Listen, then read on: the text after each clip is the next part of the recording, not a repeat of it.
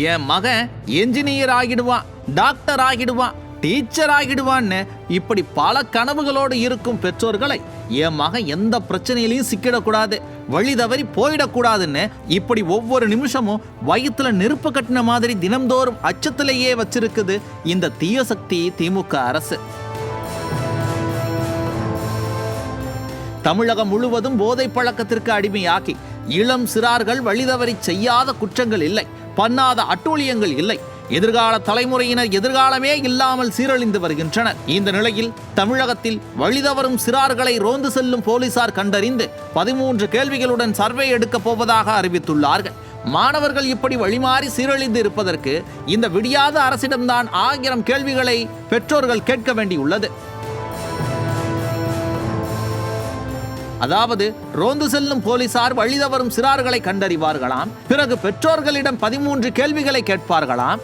சிறார்கள் வித்தியாசமான நடத்தையுடன் உள்ளனரா அல்லது அரைக்கதவுகளை மூடிக்கொள்கின்றனரா, உங்களுக்கு தெரியாத நபர்களிடம் இருந்து மொபைல் போன் அழைப்பு வந்தால் விலகி சென்று பேசுகின்றனரா, முரட்டுத்தனமாக நடந்து கொள்கின்றனரா, இது போன்ற 13 கேள்விகளை கேட்டு அப்படி அனைத்தும் பொருந்தி இருந்தால் அவர்கள் வழிதவறிய சிறார்கள் என கண்டறிவார்களாம். நீங்கள் ரோந்து செல்லும் போதே அவர்கள் வழிதவறிவிட்டதாக முடிவு செய்து விடுகிறீர்கள். பிறகு எதற்கு பெற்றோரிடம் இத்தனை விசாரணை? போதைப் பொருட்களை புழக்கத்தில் விட்டுவிட்டு உங்கள் குற்றத்திற்கு பெற்றோர்களை துணைக்கு அழைக்கிறீர்களா என மக்கள் கேள்வி கேட்கிறார்கள். 13 கேள்விகளை நீங்கள் கேட்டது போதும், உங்களிடம் பெற்றோர்கள் சில கேள்விகளை கேட்கிறார்கள், அதற்கு பதில் சொல்லுங்கள் என மக்கள் கேட்கிறார்கள்.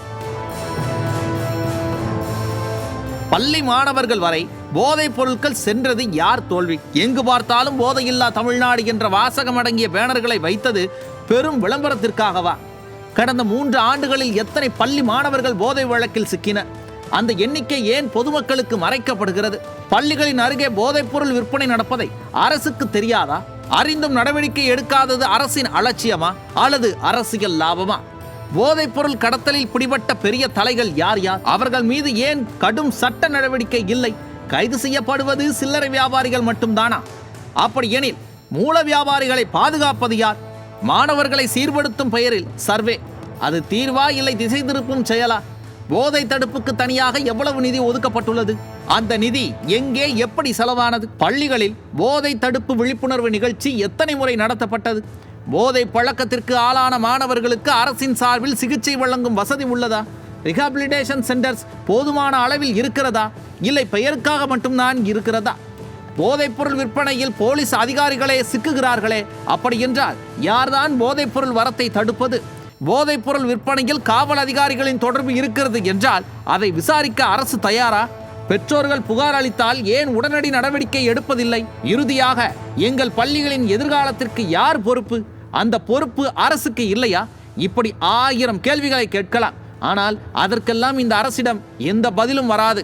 அந்த கேள்விகள் எல்லாம் 2026 தேர்தலில் வாக்கு சதவிகிதத்தை குறைத்து விடுமோ என்ற அச்சத்தில் எதையோ செய்து திணறி வருகின்றனர்.